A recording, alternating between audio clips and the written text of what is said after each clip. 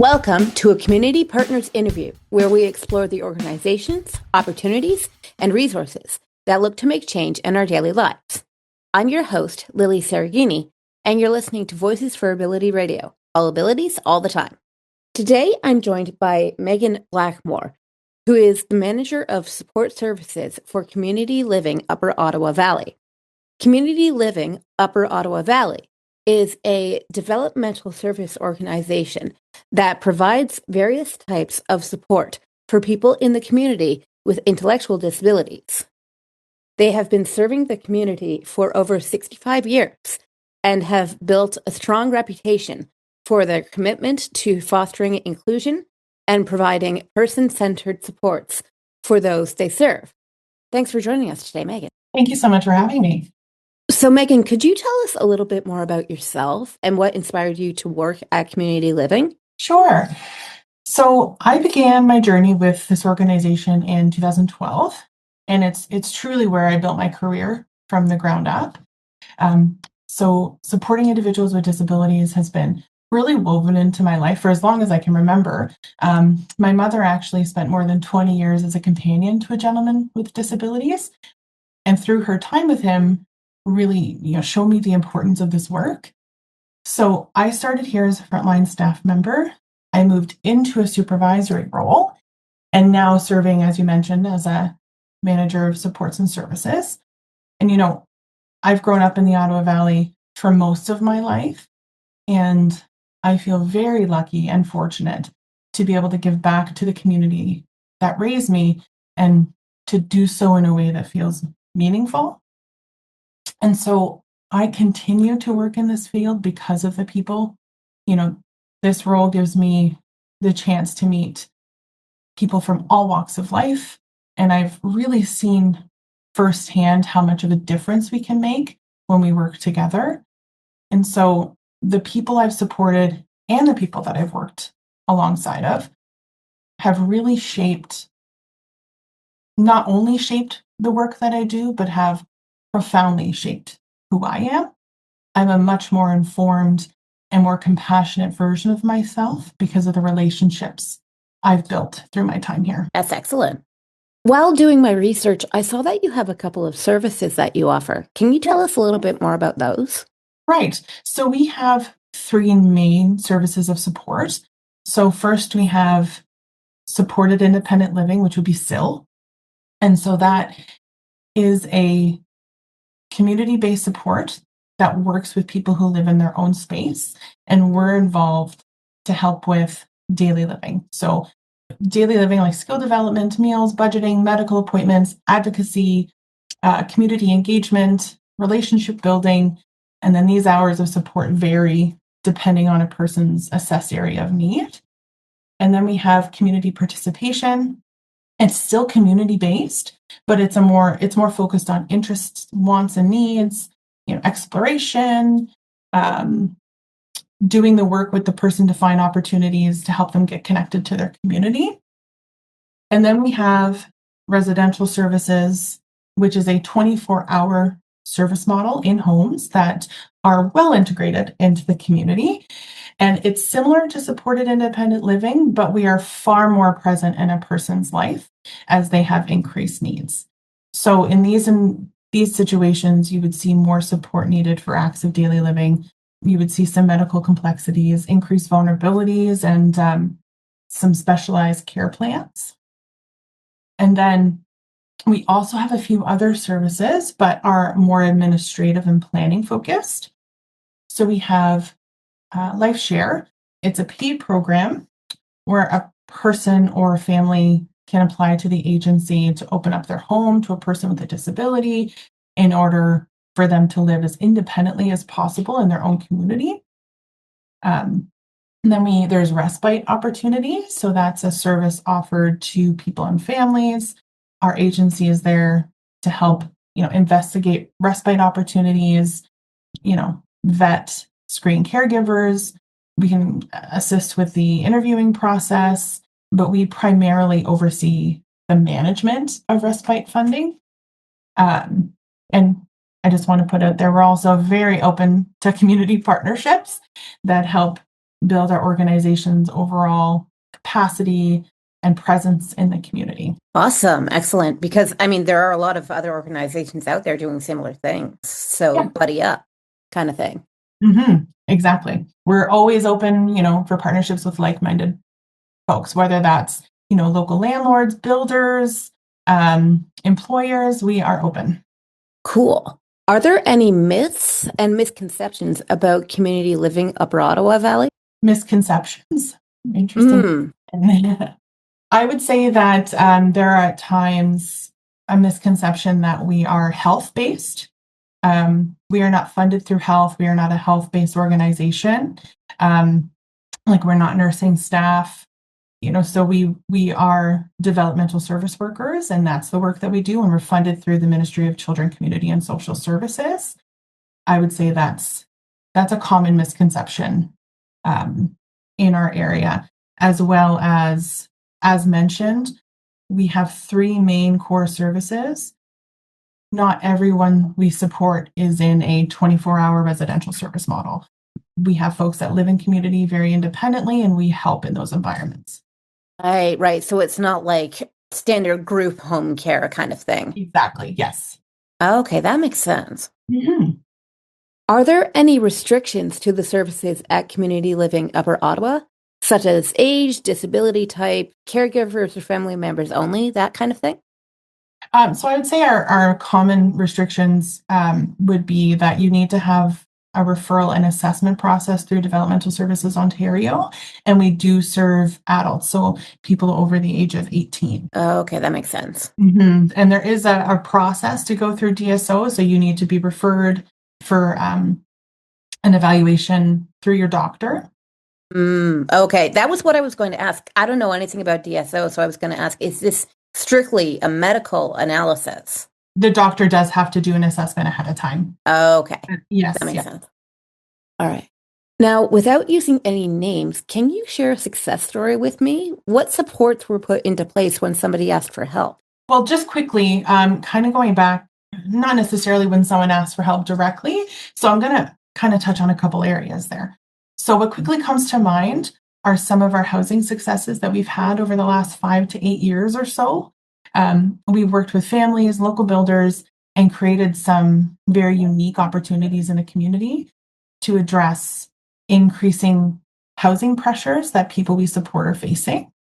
So we currently have 5 partnerships with local builders, landlords, and a strong collaboration with our county housing agency.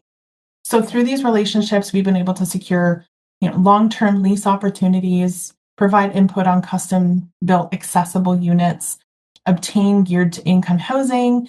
And because of these situations that have been, because we've been able to have such success in these areas, we've had people walking through our door hoping to get on board, which is amazing. We're really kind of getting our name and reputation out there.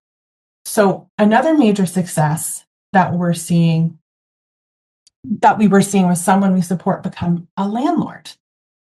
So for context, a mother of a person we support had long hoped of creating a home for her daughter that was truly her own, while also ensuring that she had a stable source of income, going into the future.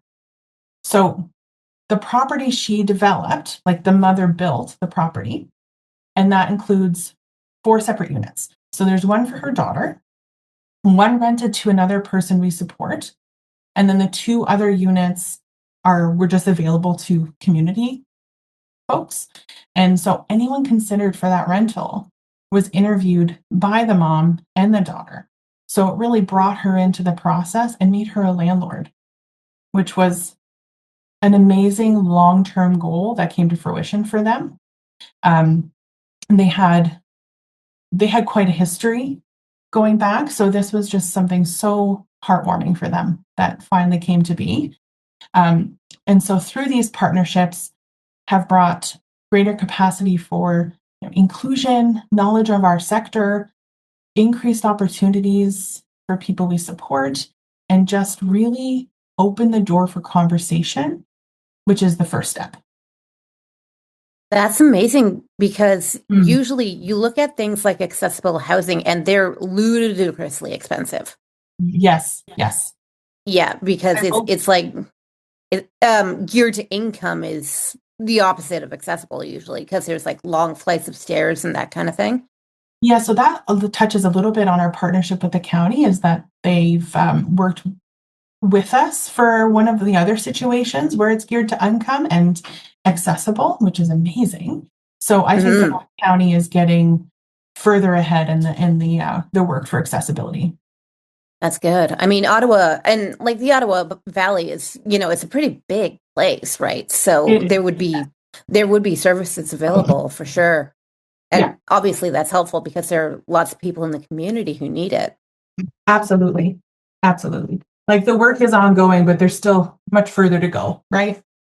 Of Yeah, I mean, there always will be, but that's what course. collaboration is for. Exactly. Are there any events coming up for community living? So right now, any event that we are really looking into, we're kind of forecasting into spring, which brings Community Living Month, so 31 Days of Inclusion, which neither are really fundraising events, or it's just more of an opportunity for the agency to showcase local partnerships, advocacy champions, inclusive employers, and some of the other like really great opportunities that people we support have had in their own community. Right now, we're not yet, but we are going to start planning for our annual golf tournament, which is months away. It's in September, but it's something that we host every year. And that is a fundraiser where all the proceeds that come from the tournament go towards our outcomes fund, which is a fund that is accessible to the people we support to, really make hopes, wants, dreams, and needs come true. So that's our next big event. We're also starting back up with our community development committee, which is a committee built of staff and people support it. And our focus is to share knowledge, build capacity of our community, open doors, fundraise, and again, as always, work in collaboration with like-minded organizations or businesses to really further our mission and vision and hopefully create space and opportunity for people we support. Nice. Now, this is a very important question, I find. Okay. What is the one thing that you see happening over and over again to individuals with disabilities that shouldn't be? And how do you think we stop it? Mm, okay. So again, what quickly comes to mind is I'm going to break it down into maybe a couple different parts. Um, so people with disabilities are, I'm going to say, consistently underestimated and at times excluded from decisions about their own lives. So this is really affected in all areas from such young ages. So, going through the school systems, I find there can be lesser expectations regardless of diagnosis Yeah. or understanding a person's capacity. So, again, one, decisions are made for them instead of with them.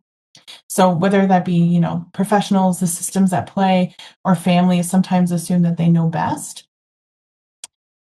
People with disabilities are often left out of those conversations about, their own supports, goals, schedules, choices. We need to really make sure that we're supporting through the lens of nothing about me without me.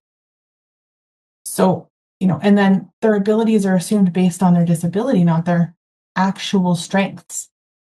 So people assume they can't work or learn new skills or live independently or make choices. They're treated like their disability defines everything about them. So how are we setting people up for success long term? Coming out of school, entering into adulthood, all the responsibility that brings. How are we supporting their learning and developing their skills in order to achieve independence, similar to what you and I have? Having their own home or space, being able to access their communities, see friends, have a job, spend their own money without someone telling them how or when or how much. And, of course, there are situations where we have, there has to be greater considerations for someone's health and safety, but certainly not in every situation. And, just touching on that safety piece, their autonomy is limited, quote, for safety, even when not totally necessary. So even when it's actually for people's convenience. exactly. So, there's because we are found to be quite inconvenient, which I think is kind of silly because you haven't even asked me whether I would be okay with XYZ, which might be inconvenient to me. exactly nothing about you without you, right? Like Exactly. those rigid rules and restrictions are infringing on someone's dignity and self-determination. So, risk, quote, is managed in a way that removes opportunities instead of creating a support structure to promote that weighing of risk, right? Like there's dignity in risk. You and Yes. I, have the ability to assess our risk and consequences of those risks every day without someone stepping on those opportunities or limiting our ability to do it. And so, and then all of those issues just continue to fuel that like systemic issue that exists. Mm-hmm. Right. I mean, I have to give an example of this. Even in elementary school, I'm mostly blind. I'm 90% of the way there. And my teachers thought that to make me look more normal, I should be reading large print instead of Braille. So I learned some Braille, but I was never made Braille fluent. And I went around lugging these gigantic large print textbooks. It would be multiple volumes to one book kind of thing. And, I couldn't fold them back on the coils because the coils would break. And then I would lose pages and stuff like that. And so I'm reading from this gigantic book to look more normal, she says in quotation marks. There's no such thing as normal. And if all you're concerned about is optics, then you're kind of belying your own philosophy here, because if vision is the important thing, apparently, how do you think I look? Well, I really hope that that school is making further headway now for folks. I don't even know. I mean, that was elementary school. I'm 35. It's been a while, Let's hope that needle is moved. Let's hope so. Yeah. Move the needle. If someone wanted to become a member or a volunteer with Community Living Upper Ottawa Valley, what is the process for joining as a member or as a volunteer? Right. So member in the sense of you want to be a staff member or a member in a volunteer way? Member in terms of becoming a client, but also becoming a volunteer. So becoming someone that's supported, again, there is that DSO process that you would be referred to our local regional planning table, or you would come through the DSO, it's called Discus, as a referral. And that's how we take people into service. Now, we don't have too many volunteers in the agency. We operate in mostly paid capacities, with the exception of our board of directors and maybe some student positions. But, and again, going back, board of directors who are all volunteers. We might call for volunteers for specific, maybe community or fundraising events like our golf tournament.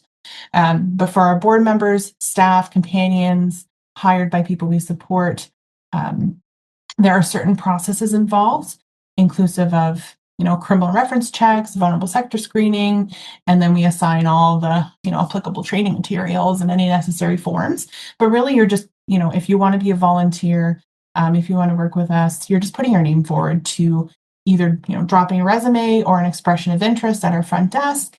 We have an email address. It's info@cluov.ca. You can always email that email address, but those would be the best ways. Nice. What is the one thing that everyone needs to know about Community Living Upper Ottawa Valley? I would say that we are an agency who wants to create and enhance space in our communities, homes, and circles to include in meaningful ways people with disabilities. So if you are a like-minded individual, come chat with us. We would love to hear from you. Sure. If listeners are looking for more information, how can they reach out to you? So they can find us online at communitylivingupperottawavalley.ca. We also have a Facebook page, similarly, Community Living Upper Ottawa Valley. Nice. And All we're right. located in the Pembroke area, if you're looking for our Okay. All right. Well, thank you so much for your time today. I really appreciate it. Thank you so much for having me. This is a great opportunity to get our values and our mission out there and get to know us. Great opportunity for us to get our feet wet with some more community living people. Absolutely. Because you guys are all over Canada. It's great. Yeah, there's a lot of DS agencies across Canada. Yes, which is lovely to see. Mm-hmm. It is. It's great. I mean, we need to grow. We're like 25% of the population now. Absolutely. So, cool. All right. Thank you so much. Thank you very much. You've been listening to a Community Partners interview on Voices for Ability Radio. I'm your host, Lily Cereghini. And remember, folks, stick together because we are all in this together.